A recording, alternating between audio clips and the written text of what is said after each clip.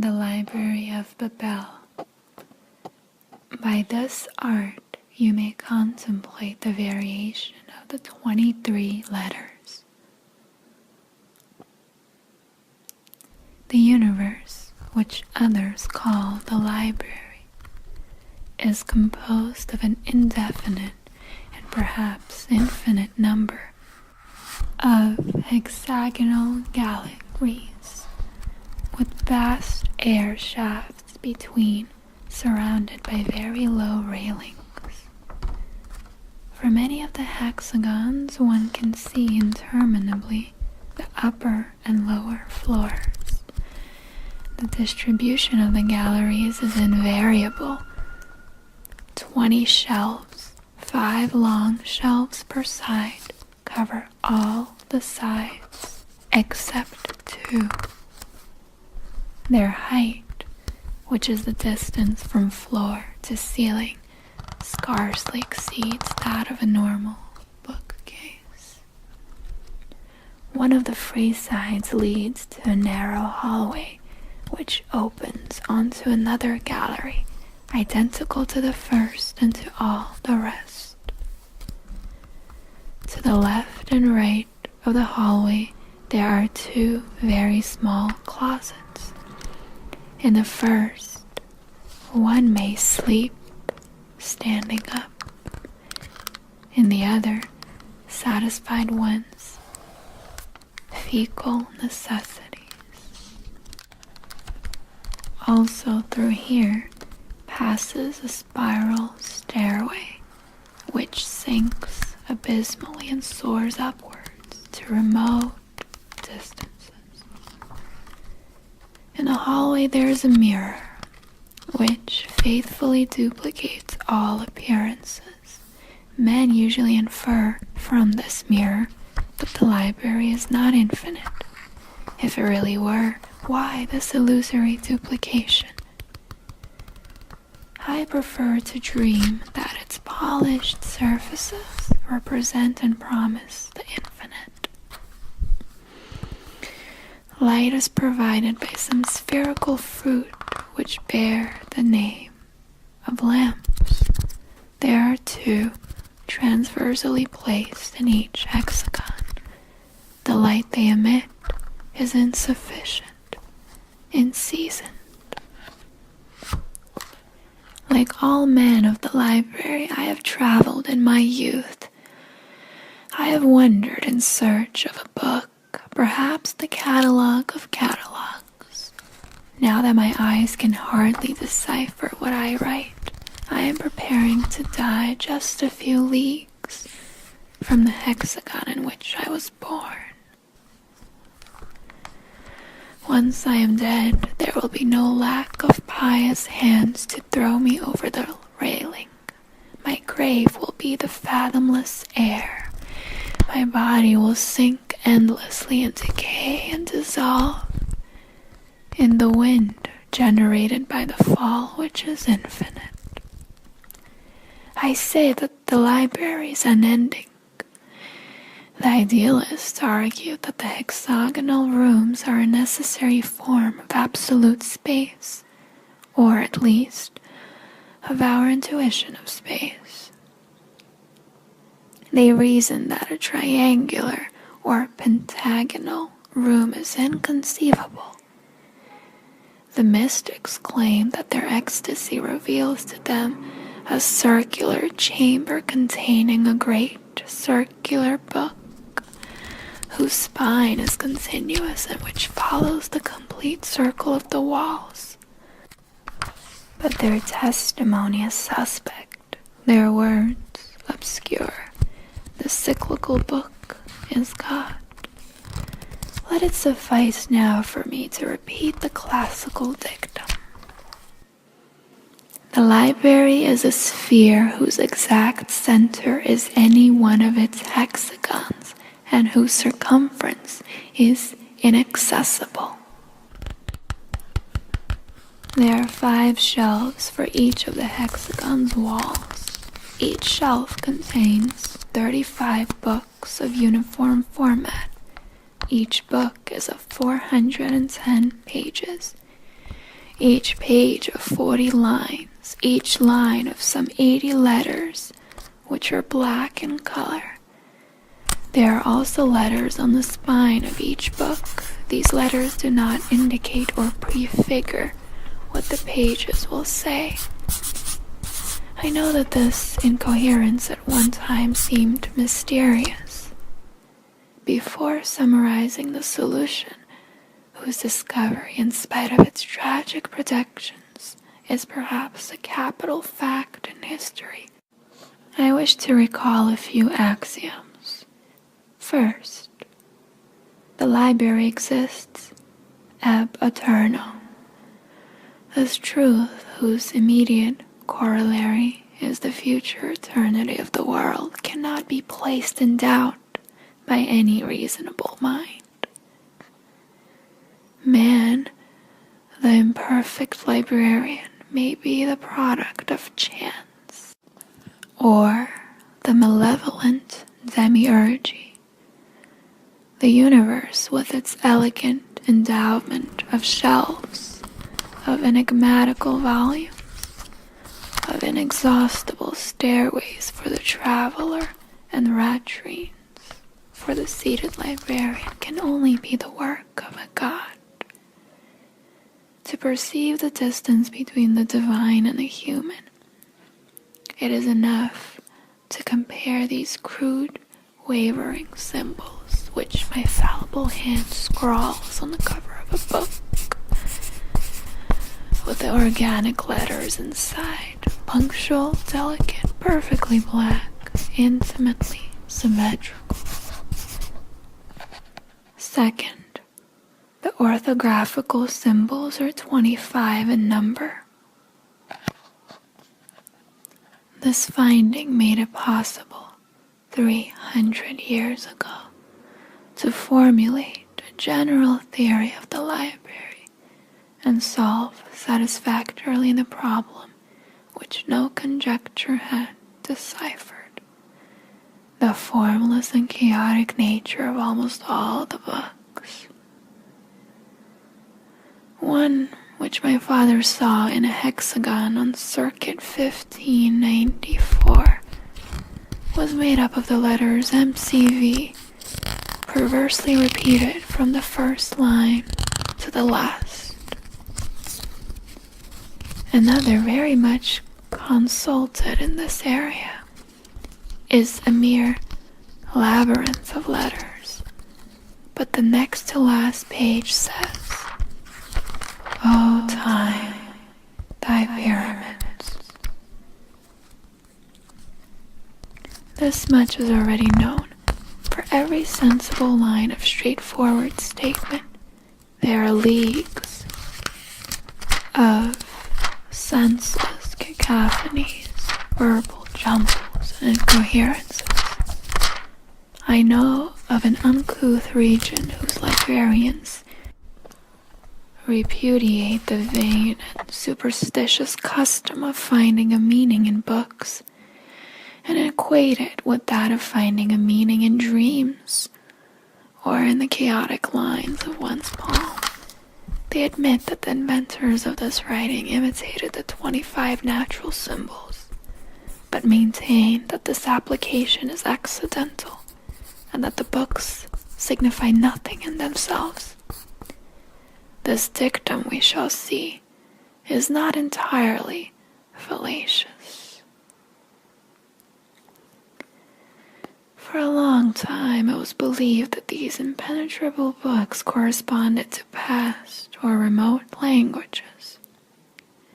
It is true that the most ancient men, the first librarians, used a language quite different from the one we now speak.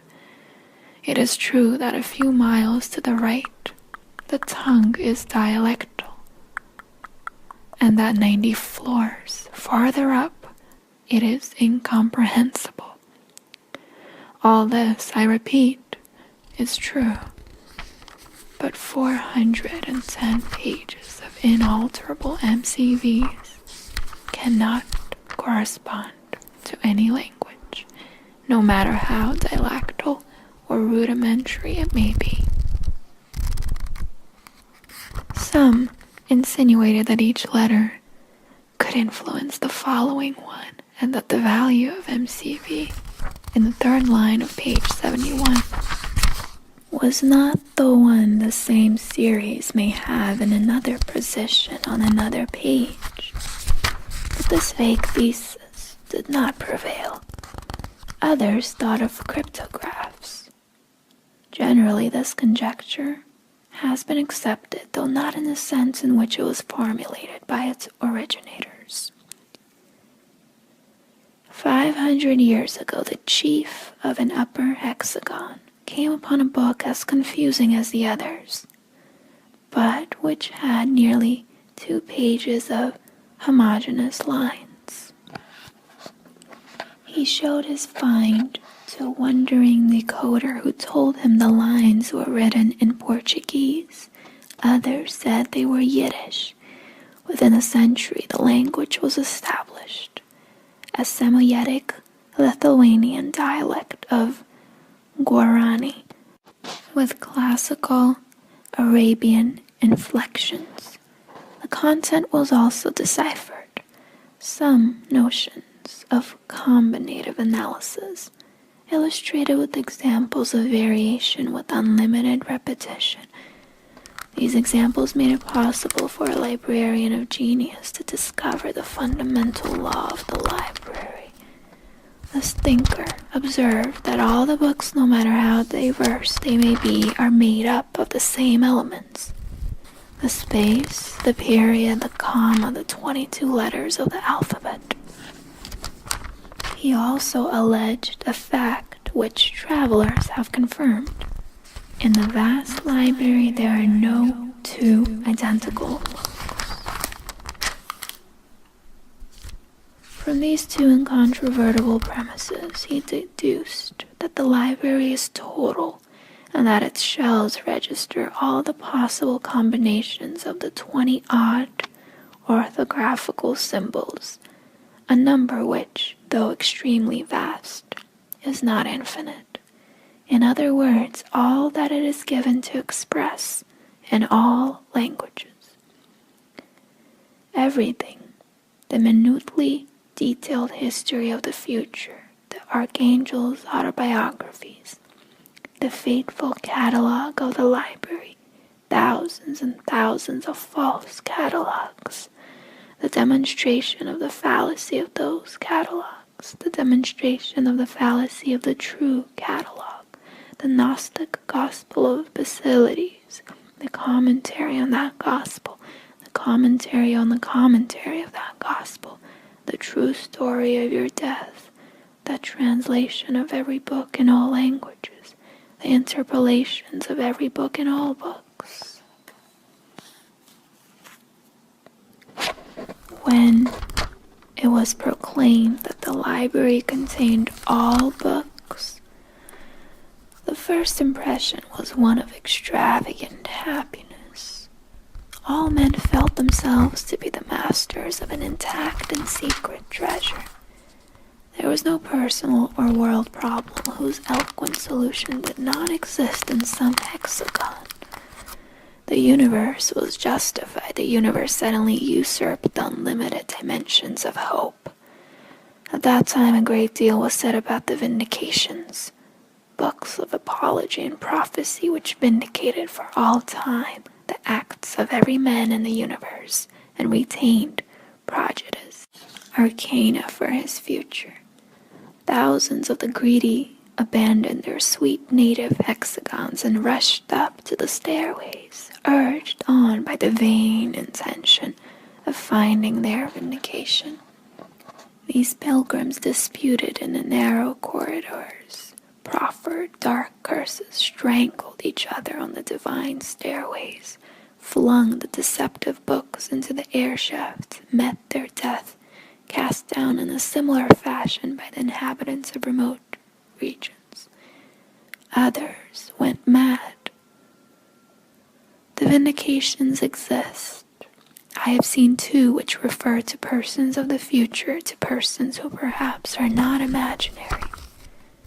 But the searchers did not remember that the possibility of a man's finding his vindication, or some treacherous variation thereof, can be computed as 0. At that time it was also hoped that a clarification of humanity's basic mysteries, the origin of the library and of time, might be found. It is very similar that these grave mysteries could be explained in words. If the language of philosophers is not sufficient, the multiform library will have produced the unprecedented language required, with its vocabularies and grammars. For 4 centuries now, men have exhausted the hexagons.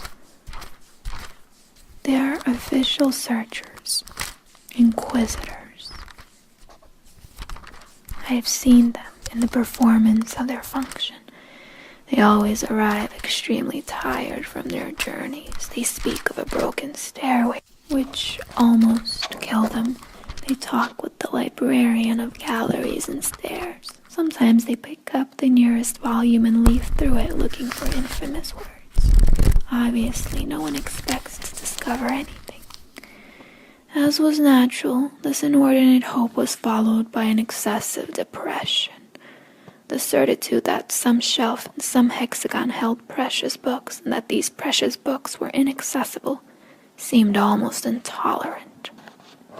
A blasphemous sect suggested that the searches should cease, and that all men should juggle letters and symbols until they constructed by an improbable gift of chance these canonical books.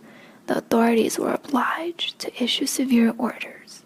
The sect disappeared, but in my childhood I have seen old men who for long periods of time would hide in the latrines with some metal discs and a forbidden dice cup, and feebly mimic the divine disorder. Others inversely believed that it was fundamental to eliminate useless works. They invaded the hexagons, showed credentials which were not always false, leafed through a volume with displeasure, and condemned whole shelves. Their hygienic, ascetic furor caused the senseless partition of millions of books. Their name is execrated, but those who deplore the treasures destroyed by this frenzy neglect 2 notable facts.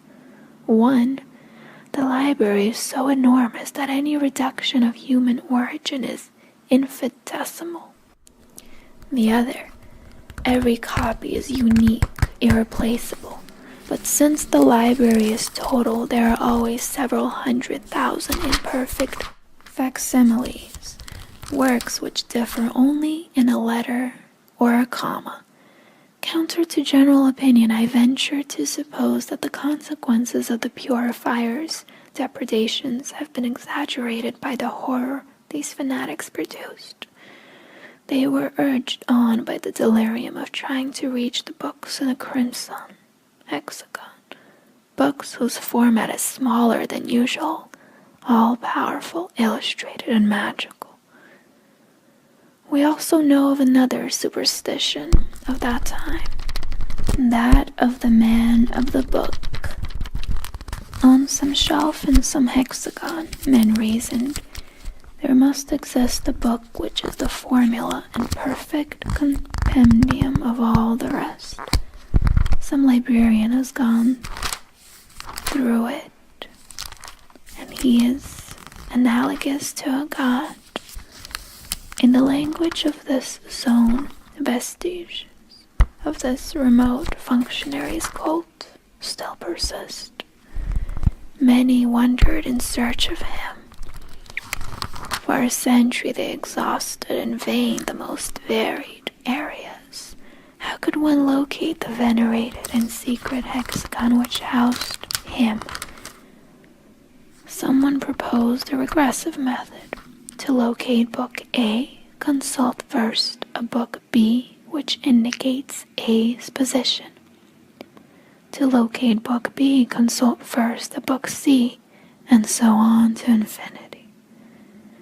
In adventures such as these, I have squandered and wasted my years. does not seem unlikely to me that there is a total book on some shelf of the universe. I pray to the unknown gods that a man, just one even though it were thousands of years ago, may have examined and read it. If honor and wisdom and happiness are not for me, let them be for others. Let heaven exist though my place be in hell. Let me be outraged and annihilated, but for one instant and one being, let your enormous library be justified. The impious maintain that nonsense is normal in the library and that the reasonable and even humble and pure coherence is an almost miraculous exception.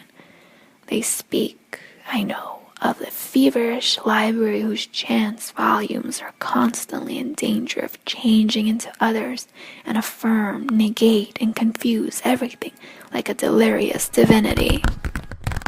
These words, which not only denounce the disorder, but exemplify it as well, notoriously prove their author's abominable taste and desperate ignorance. In truth, the library includes all verbal structures, all variations permitted by the 25 orthographical symbols, but not a single example of absolute nonsense. It is useless to observe that the best volume of the many hexagons under my administration is entitled The Combed Thunderclap, and another The Plaster Cramp, and another Exag-zag-zag-malo. These phrases, at first glance incoherent, can no doubt be justified in a cryptographical or allegorical manner. Such a justification is verbal and ex hypothesi already figures in a library.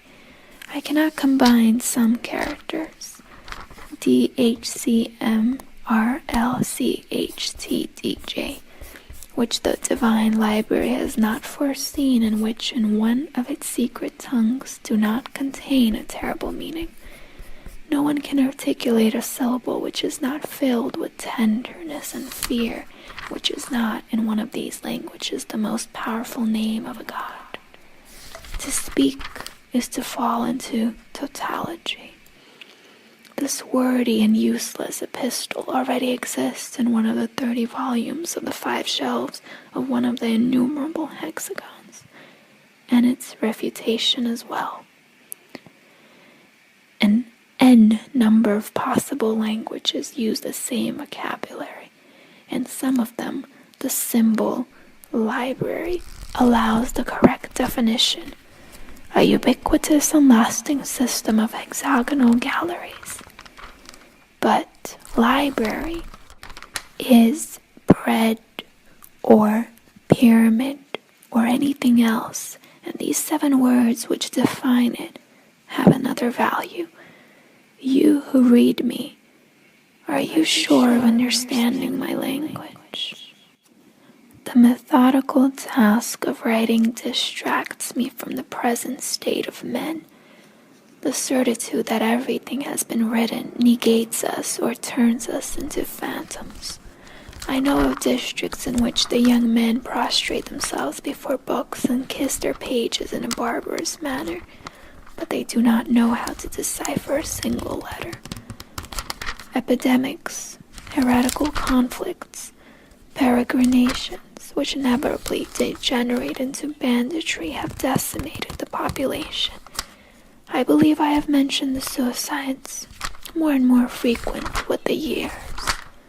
Perhaps my old age and fearfulness deceive me, but I suspect the human species, the unique species, is about to be extinguished, but the library will endure, illuminated, solitary, infinite, perfectly motionless, equipped with precious volumes, useless, incorruptible, secret. I have just written the word infinite. I have not interpolated this adjective out of rhetorical habit. I say that it is not illogical to think the world is infinite. Those who judge it to be limited postulate that in remote places, the corridors and stairways and hexagons can conceivably come to an end, which is absurd. Those who imagine it to be without limit forget that the possible number of books does have such a limit. I venture to suggest this solution to the ancient problem. The library is unlimited and cyclical. If an eternal traveler were to cross it in any direction, after centuries he would see the same volumes were repeated in the same disorder, which, thus repeated, would be an order, the order. My solitude is gladdened by this elegant hope.